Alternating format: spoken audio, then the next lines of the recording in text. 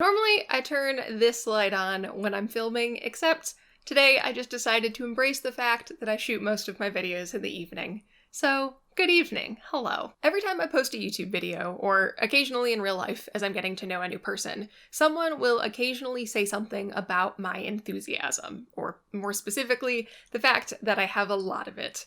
And I think that's very kind. I honestly take that as a compliment. I recognize that I am easily delighted by small things in the world around me, and I'm okay with that. But today, I wanted to talk a little bit more about that. I wanted to share a bit about where my enthusiasm comes from and some, I don't know if you would call them practices, but practices, mindsets, things I keep in mind, things I do to help cultivate delight and joy and curiosity in my life. I don't think they're like the 5 keys to sparking joy in your life or anything like that. They're just things that I do and things that I like to think about. But maybe something that I say will spark something in you, or maybe you'll try one of these things out and find that it really works for you. Either way, instead of just sitting here and talking at you for the next several minutes, I'm going to frame this story around a recent trip I took to Michigan's Thumb, which is the part of Michigan. It's the Thumb.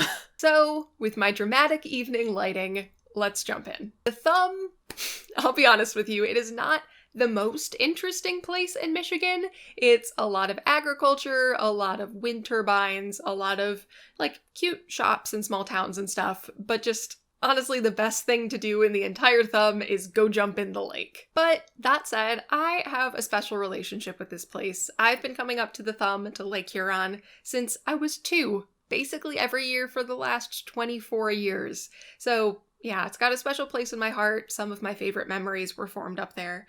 And overall, when I'm in the Thumb, it's just easy for me to feel delight about everything. And recently being up there and noticing that helped me come up with some general things that I do in life to just cultivate enthusiasm year-round. Let's go with that. For one, something about the Thumb always reminds me of how small I am in the grand scheme of things and how little I know. I don't know, maybe it's something about spending a lot of my early childhood up there. Overall though, I think that's a good general mindset when it comes to being curious and enthusiastic and delighted by things, at least for me. I am usually willing to admit that there's a whole lot I don't know about a whole lot of things, whether it is book knowledge like science or history, or something about myself and how I fit into the world, or you name it, there's just a lot I don't know. But in that not knowing, I find a freedom to wonder how the pieces of the world fit together and how things got to be the way they are. So I spent a lot of time that weekend staring out the window, taking photos and videos of cornfields, sunsets, and wind turbines. And I found myself realizing that even though I had driven these roads hundreds of times, there was a lot I didn't know about the area. I didn't know how big of an agricultural region it was, or how much power the wind farms produce. I really had no idea what was going on there. I was willing to admit that this place I thought I was super familiar with was actually kind of a black box to me. And when I went searching for answers, I fell down a lovely little rabbit hole. I learned that in 2017, Huron County brought in more than $600 million of farming revenue, putting it easily in the top 100 agricultural moneymakers in the country. I also learned that there are more than 400 wind turbines, which can power almost 300,000 homes. And for me, knowing that wasn't just trivia, it actually put the whole place in context. It made the place matter a little more to me because I finally understood the significance of it. And once I finally understood the significance of it, that made me excited, and I was willing to ask more questions and spend more time exploring this place. And I've had a lot of experiences like that in my life, where I've admitted I don't know something, I've asked questions, I found answers, and it turns out the answers were really cool and made me just appreciate the whole thing more. I think practicing that sort of honesty, I guess? I don't know if honesty is the best word. Let's go with that for now. I think practicing that sort of honesty has really just created this attitude of expectation in my life where I just wander around the world assuming that if I ask questions about something, I'm going to learn something cool and interesting. My second thing is that 90% of the time, I am not afraid to be enthusiastic about something. And that might not sound like a pro tip or anything, but I mean, think about it. If someone ran up to you gushing about agriculture in Michigan's Thumb, a thing you have approximately no reason to care about, which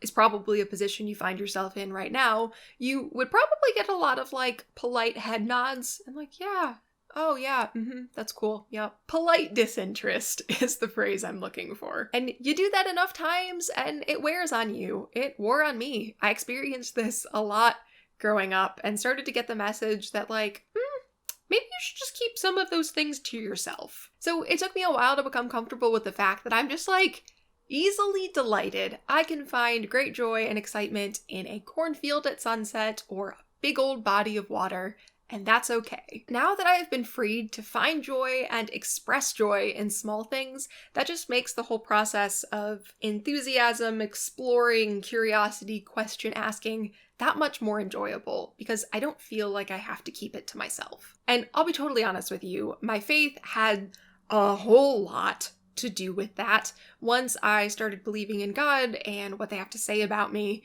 it was, I don't know, it was hard to hold on to shame for that long. I also recognize that that may not be your cup of tea, and that's okay. I think the general principle still holds here. So 2 ways I cultivate delight and enthusiasm about the world around me are 1, not being afraid to admit that I know very little about anything, and 2, being unashamed to be excited. But there's also a third final one, and I'm doing it right now.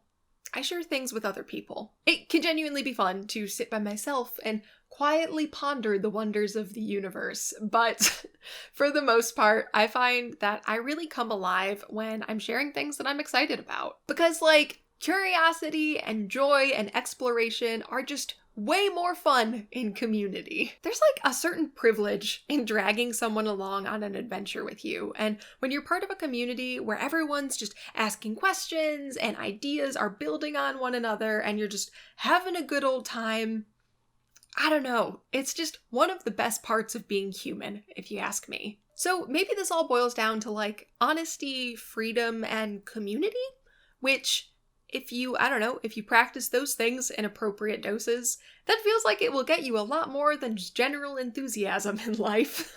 Overall though, that's me. That's a little look at the inside of my head. These are the sort of things that power most of the YouTube videos I make.